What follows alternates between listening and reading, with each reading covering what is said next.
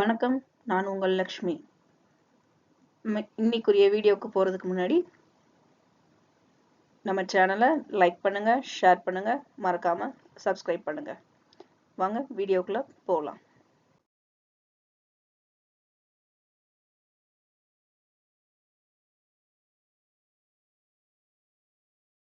முதல்ல நிஃப்டி 50யோட இன்ட்ராடே ட்ரேடிங்கான சப்போர்ட் அண்ட் ரெசிஸ்டன்ட் லெவல் எந்த அளவுக்கு ஹெல்ப் பண்ணியிருக்குன்னு 5 நிமிஷம் டைம் ஃப்ரேம் சார்ட்ல பார்த்துடலாம்.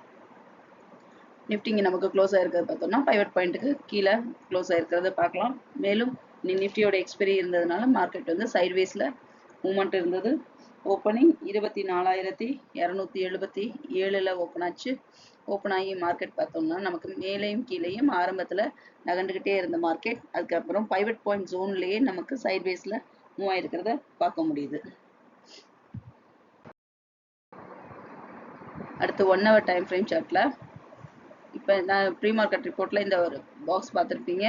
இந்த பாக்ஸ்குள்ளே தான் மார்க்கெட் வந்து அதிகபட்சமாக நமக்கு மூவ் ஆகிறதுக்கு வாய்ப்பு இருக்குது. 24,400லேருந்து 24,500 இந்த லெவலில் நமக்கு அடுத்து மார்க்கெட் ட்ரேட் ஆக ஆரம்பிச்சிச்சுன்னா தான் மார்க்கெட் வந்து அடுத்து 25,000 நோக்கி போகிறதுக்கு அதிக வாய்ப்பு இருக்குன்னு பார்த்துருந்தோம். இன்னும் நமக்கு இந்த பாக்ஸ்குள்ளே தான் நிஃப்டி 50 ட்ரேட் ஆகிட்டு இருக்கு.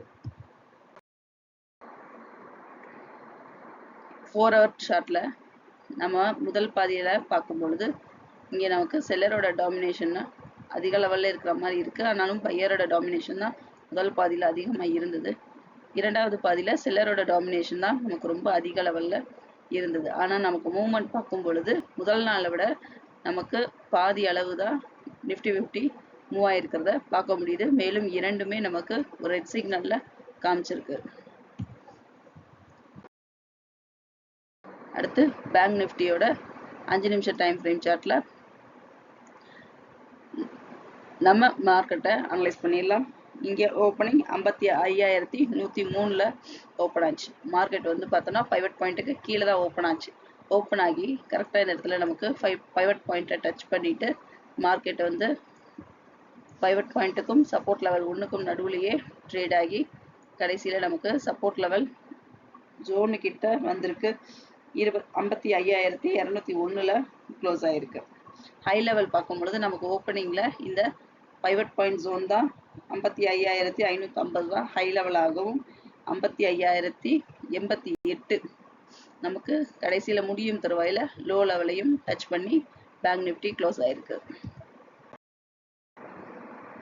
அடுத்து 1 hour டைம் ஃப்ரேம் சார்ட்டில் இப்போ அதே நிஃப்டி மாதிரியே பார்த்தோம்னா பேங்க் நிஃப்டியும் இந்த பாக்ஸுக்குள்ளே தான் இப்போ ட்ரேட் ஆகிட்டு இருக்கு. இன்னும் இந்த நமக்கு லைனை விட்டு அதாவது 56,100 நமக்கு பிரேக் அவுட் பண்ணாதான் அடுத்த கட்டம் மேல் நோக்கி போகிறதுக்கு வாய்ப்பு இருக்குது. அப்போ எந்த இடத்துல நம்ம பிரேக் அவுட் ஆகுது, ஏன்னா மார்க்கெட் இப்போ தொடர்ந்து சைட்வேஸில் இருக்குது.